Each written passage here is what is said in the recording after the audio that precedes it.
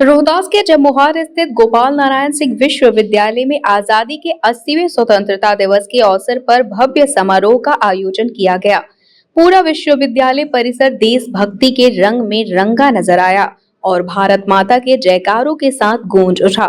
कार्यक्रम की शुरुआत कन्वोकेशन ग्राउंड में हुई, जहां विश्वविद्यालय के सचिव गोविंद नारायण सिंह और औरंगाबाद विधायक त्रिविक्रम नारायण सिंह ने राष्ट्रीय ध्वज फहराया। इसके बाद राष्ट्रगान हुआ और एनसीसी कैडेट्स ने गार्ड ऑफ ऑनर देकर तिरंगे को सलामी दी।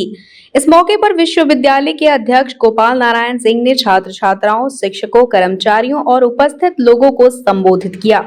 उन्होंने देश की आजादी के लिए बलिदान देने वाले वीर शहीदों को नमन करते हुए युवाओं से देश के विकास और राष्ट्र निर्माण में अपनी भूमिका निभाने की अपील की। समारोह के दौरान विश्वविद्यालय की ओर से पिछले एक वर्ष की उपलब्धियों, विकास कार्यों की भी जानकारी साझा की गई। शिक्षा, स्वास्थ्य, खेल, सामाजिक गतिविधियों और विश्वविद्यालय के विभिन्न उपलब्धियों को कार्यक्रम में प्रमुखता से बताया गया। स्वतंत्रता दिवस समारोह में विश्वविद्यालय के कुलपति, कुलसचिव, डीन, निदेशक, प्राचार्य, विभागाध्यक्ष, शिक्षक, अधिकारी, कर्मचारी, एनसीसी कैडेट्स और बड़ी संख्या में छात्र छात्राएं मौजूद रहे। कार्यक्रम के दौरान बेहतर कार्य करने वाले कर्मचारियों, एनसीसी कैडेट्स और अन्य प्रतिभागियों को उपहार एवं प्रशस्ति पत्र देकर सम्मानित किया गया। साथ ही विभिन्न गतिविधियों में उत्कृष्ट प्रदर्शन करने वाले छात्र छात्राओं के बीच प्रमाण पत्रों का वितरण भी किया गया। वहीं प्रशासनिक भवन और विश्वविद्यालय के विभिन्न विभागों में भी निर्धारित समय पर ध्वजारोहण किया गया। पूरे कार्यक्रम में देशभक्ति, अनुशासन और राष्ट्र के प्रति प्रेम, समर्पण की भावना साफ नजर आई। गोपाल नारायण सिंह विश्वविद्यालय का यह स्वतंत्रता दिवस समारोह सिर्फ तिरंगे को सलामी देने तक सीमित नहीं रहा, बल्कि देश के प्रति जिम्मेदारी, युवा शक्ति और राष्ट्र निर्माण के संकल्प का भी संदेश दिया। में सेवा करने वाले सभी नर्सिंग वार्ड बॉय और अटेंडेंट्स सबको नमस्कार करते हुए मैं आपके समक्ष सिर्फ एक ही दो चीज बताना चाहता हूँ कि आज के दिन स्वतंत्र रूप से झंडे को फहराने के लिए शायद इतिहास आपको नहीं मालूम है, हजारों वर्ष लगे।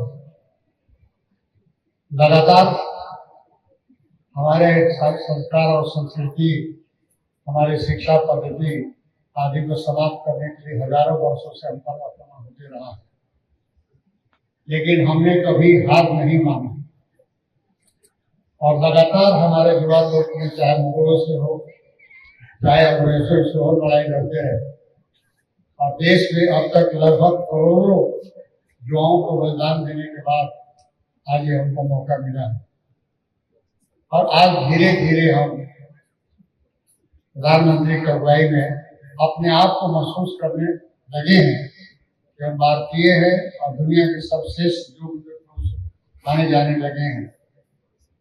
इसको आगे बढ़ाने की जिम्मेदारी हमारी बनती है।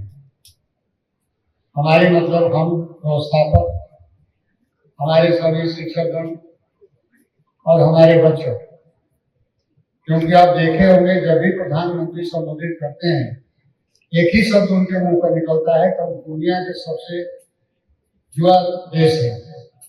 यानी युवाओं पर उनका इतना भरोसा है और जितनी वो कल्पना करते हैं, आज भी आप भाषण में सुने होंगे उनका, और सुनना चाहिए था आप लोगों को, नहीं तो टीवी वगैरह को मोबाइल पर मिल जाएगा। सबसे ज्यादा उनका जोर रहा है देश के भविष्य को सुधारने के लिए और इन युवाओं को, जो अपने स्किल से, अपने मेहनत से जो ज्ञान अर्जन करते हैं और देश के लिए भला होता है। Vice chancellor Jagdish Singh sir, MK Singh sir, हमारे मैडम चांसलर, हमारे सारे विभागाध्यक्ष और डीन्स, डायरेक्टर्स, सारे हमारे फैकल्टीगण, हमारे सारे कर्मचारीगण और सर्वोपरि हमारे इस विश्वविद्यालय के हमारे बच्चों, सर्वप्रथम उत्सव आजादी की मना रहे हैं और इस बहुत लंबा रास्ता तय किया है। और वो रास्ता बहुत सारे सैक्रिफाइसों के बाद हम लोग को मिला है। और हम ऐसे चौराहे पे खड़े हैं जहां हम एक और पीछे के जितने हमारे बैगेजेस जिसको हम कहेंगे उनको धीरे धीरे पीछे छोड़ते हुए नए विकसित भारत का सपना देख रहे हैं।